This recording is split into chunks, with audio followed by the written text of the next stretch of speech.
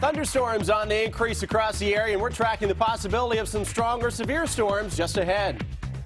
Nearly 4 years after a southern Kentucky man disappeared, a crew is back on Laurel Lake today looking for him. Why searchers have new hope now at 4. And fire destroys a building that's been in Bell County for almost 100 years. This is WKYT News at 4. Good afternoon, I'm Jennifer Palumbo. Showers and storms are moving back into the bluegrass. Here's a live look at one of our sky cams in downtown Lexington, where it's in the 80s right now, but it's not raining.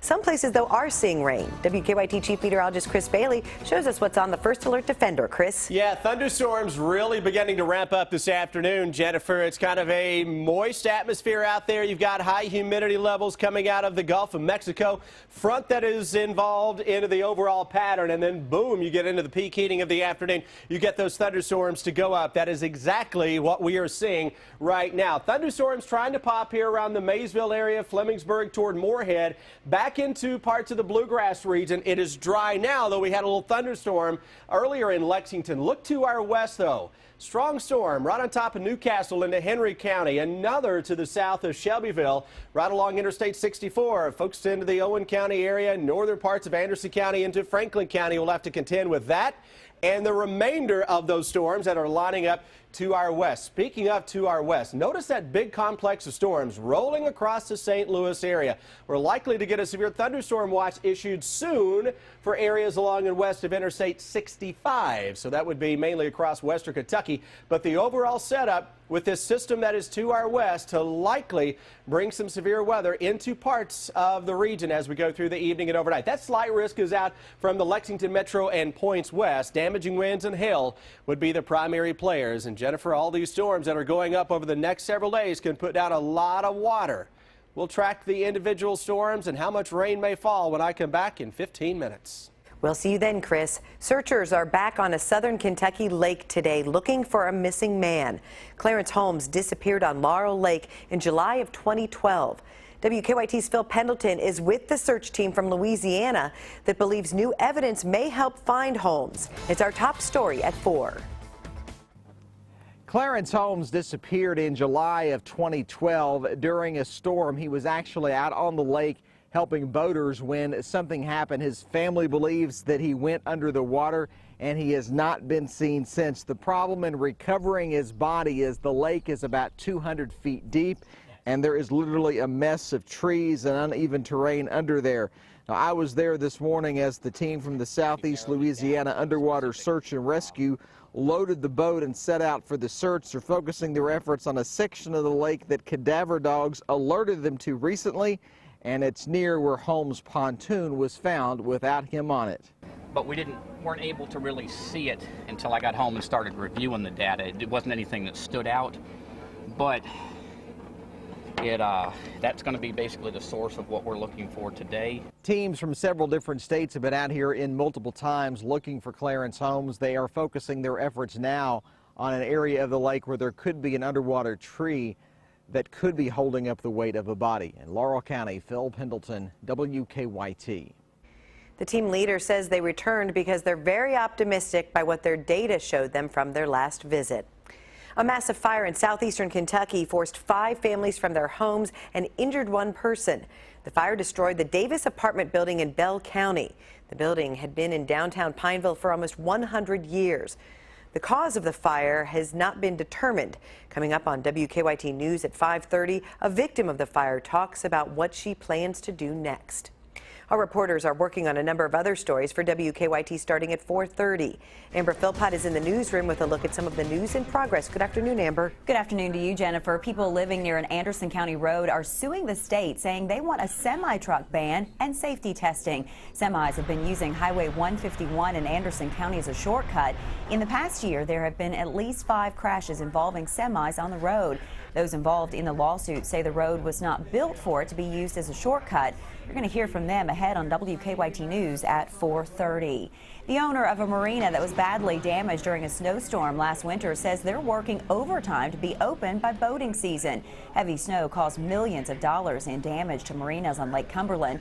After all the debris has been removed, the owner of Lee's Ford Marina says crews are finishing up, making the final repairs and building a new docks. We'll have a look at this progress ahead on WKYT News at 5.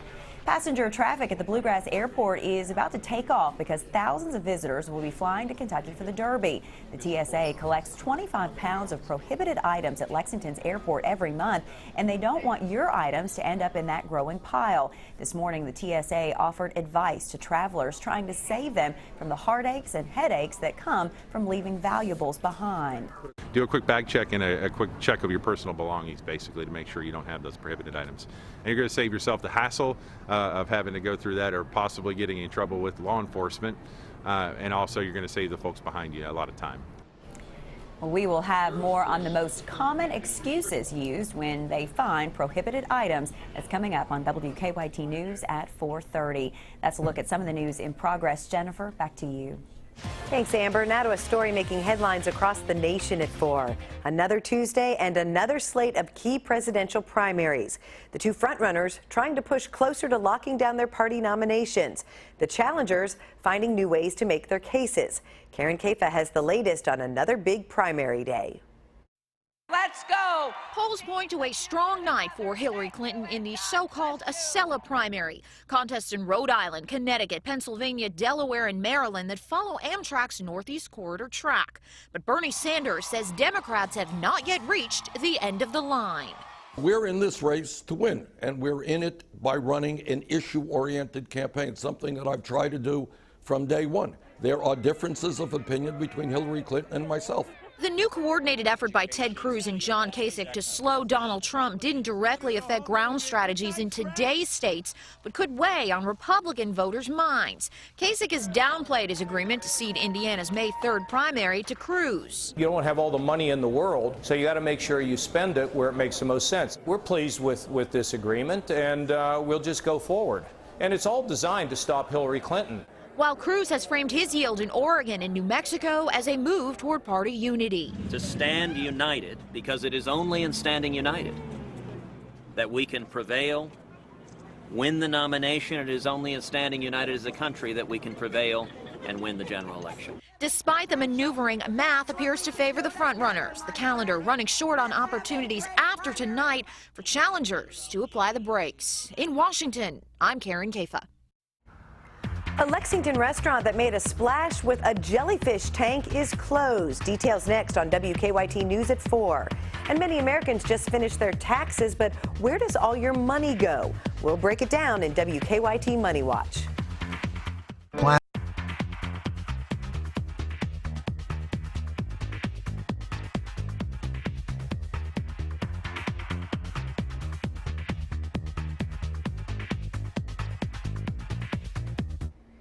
After 3 years under the Golden Dome, a Lexington restaurant has closed its doors for good. That tops today's WKYT Money Watch.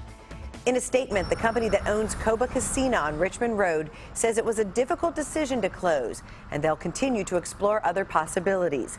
Coba was known for serving Latin and Mexican food and was well known for its popular jellyfish aquarium. Anyone with a Coba gift card can use it at both Lexington Cheddar's locations and Willie's locally known. The Justice Department has approved Charter Communications' bid to buy Time Warner Cable, but there are conditions. The deal will create the nation's second largest home internet provider after Comcast.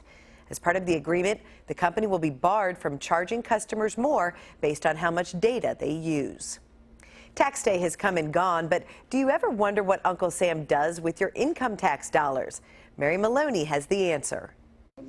That tax bill can be a big headache. Unlike most bills, it may be hard to know exactly what you're paying for.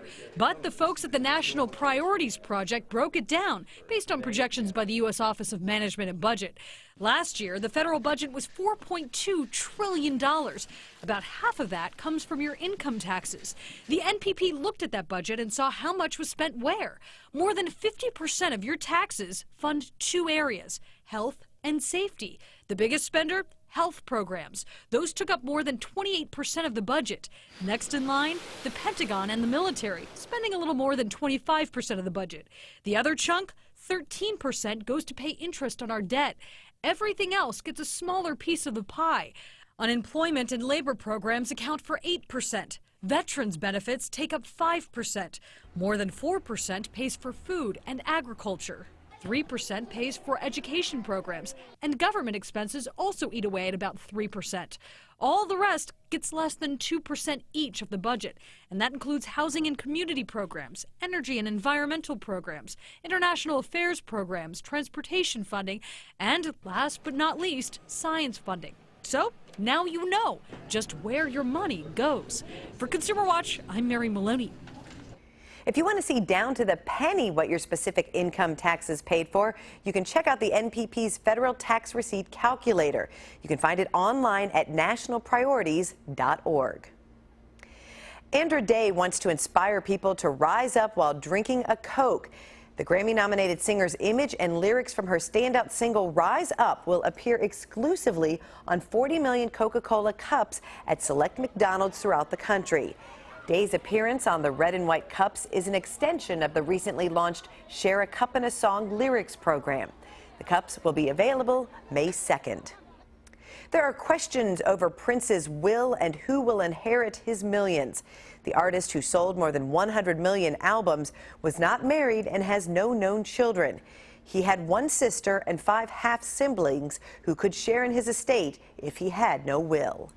I'm Deanne Stevens, out and about today at the Lexington Opera House with a preview of Scappa's Music Man. We'll tell you more about it when we return here on WKYT. Severe weather threat ramping up for areas just to our west. We'll take a look at a newly issued severe thunderstorm watch and show you rounds of thunderstorms on the way for the next several days. Next. Now, your hour-by-hour forecast with Chief Meteorologist Chris Bailey. You know, it's been a fairly quiet spring in terms of thunderstorms across the Bluegrass State. That is changing as we speak, going into a rather stormy pattern. Severe thunderstorm watch is out for the Louisville area, E-Town, and west. That'll go until 11 o'clock this evening. That is for a line of damaging thunderstorm winds cruising eastward out of parts of Missouri and Illinois. Now, out ahead of that band, we're getting in on some strong thunderstorms as of now that can produce some gusty winds, some pea-sized hail with these storms along and north of 64. Seeing a little thunder and lightning popping up here to the north of Jackson into Breathitt County. Along and north of 64 right now, the greatest concentration of at least some scattered storms. Those will try to consolidate as we go through the next few hours. Lexington Metro got a little thunder shower trying to develop right on top of Midway here as we go into northern parts of Woodford County, back toward Franklin County, now into Newcastle, Henry County, back toward the west. Thunderstorms are lining up with some pea-sized hail. Those are working to the northeast and will impact parts of Owenton, the Williamstown area, may clip parts of Harrison County and northern Scott County over the next little bit. Then additional thunderstorms line up west of Louisville back to this big Boeing cluster of thunderstorms right on top of the St. Louis area. What'll happen there, that's going to try to ride the old train tracks. That would be a stationary front across the Ohio River. So that cluster of thunderstorms is going to follow that front across the northern parts of the region as we go through the evening, and we will see more rounds of those thunderstorms as we go into tomorrow. Now, this isn't just a huge severe weather outbreak locally, but the potential is there for some high winds, some hail, and we have to watch the local creeks and the streams because we've got a lot of rain that's coming up across the region. Tornado threat situation like this, it isn't zero, but it's low as usual compared to the other threats. I mentioned the flood threat as potentially being the greatest. Look at the computer model known as the RPM, the rainfall forecast from that particular model through 11 o'clock Thursday. And it is trying to hotspot here some areas that may be 3.5 inches or so of rain. Where you see the little areas of orange thrown in there for good measure, that could be better than 4 inches of rain. So you see the predicament that we are in. Computer models, by the way, they don't really handle thunderstorms too well. Thunderstorms, computer models, they don't go together very well in a setup like this. So we're going to follow this little front kind of oscillating north to south across the region over the next few days. Each little cluster of thunderstorms can move that to the south, can bring it back to the north. So we've got to watch for areas that may get in on some repeat thunderstorms with temperatures that will be very juicy on the south side of this front. We could hit the low 80s on any given afternoon tomorrow, even into especially Thursday and Friday. Overall, it's a pretty stormy forecast that we have set aside for you tomorrow and into the day on Thursday. May catch a break Friday with some mainly dry weather, then look at your weekend. Storms are back in town. That may lead us into a much cooler Kentucky Derby week. Let's get a check on traffic now. Here's Officer Don.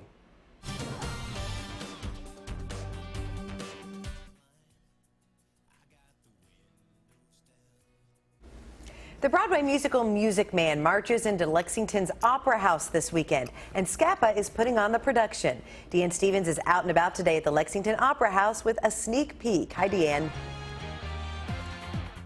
Hey, good afternoon, guys. We are here at the Lexington Opera House where Scapa is ready to present Music Man. Things kicking off here on Thursday. A lot of work going on in preparation for it. We have Scott and Hannah with us. You guys play Harold Hill and Marion Peru. And give us a little background on Music Man, Hannah.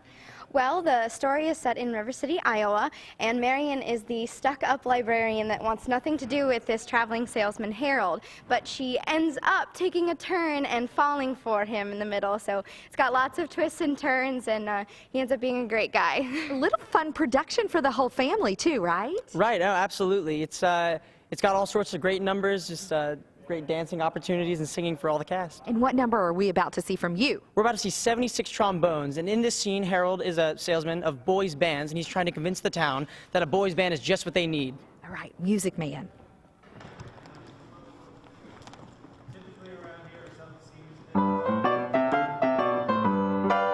"76 trombones led the big parade, with 110 cornets close at hand.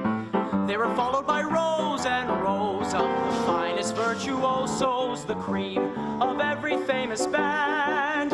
76 trombones caught the morning sun, with 110 cornets right behind. There were more than 1,000 reeds springing up like weeds. There were horns of every shape and kind. There were copper-bottomed timpani and horse platoons, thundering, thundering all along the way. Double bell euphoniums and big bassoons, each bassoon having his big fat say. There were 50 mounted cannon in the battery. So incredibly talented. Music Man taking the stage, presented by Scapa here on Thursday. You can get your tickets either at the Lexington Opera House or at the Lexington Center, or just show up at the door. Come support Scapa. Wow, nice job. We'll have more at 4:50 from Music Man here at the Lexington Opera House. I'm Deanne Stevens, out and about. Back to you guys. It's going to be a fantastic production. Thanks, Deanne. Pop-Tarts that taste like soda for breakfast. Details on Kellogg's new idea next in Better Living. Tonight's Mega Millions jackpot is $108 million, and tomorrow night's Powerball jackpot is $282 million.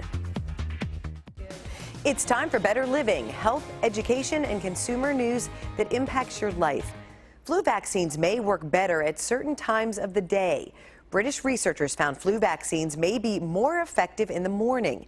Their study of patients over the age of 65 found people inoculated before noon had more protective antibodies even a month after getting their shots.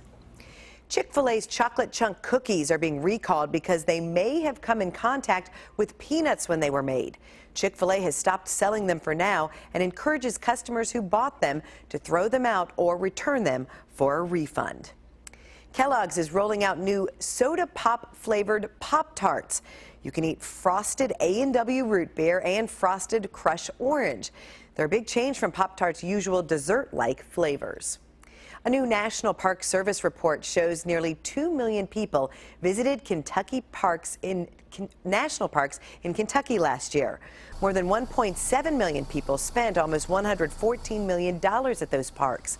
That spending results in nearly 1,800 jobs and added $145 million to Kentucky's economy. Cumberland Gap National Historical Park had visitor spending of $48 million. It edged out Mammoth Cave by about $1 million. Most of the spending was for lodging, food, gas, admissions, and souvenirs. Now let's head over to Chris, who is tracking some storms on this afternoon. Yeah, it's a late May-like day out there across the region right now. Temperatures upper 70s to low 80s. Humidity levels are up there. Looking at this Jackson cam where your temperature has now dropped a few degrees. You've got a thunderstorm that is very close to the National Weather Service office down there. You can see that firing up. Look at all the lightning right on top of Breathitt County, and we're watching that I-64 corridor and north especially.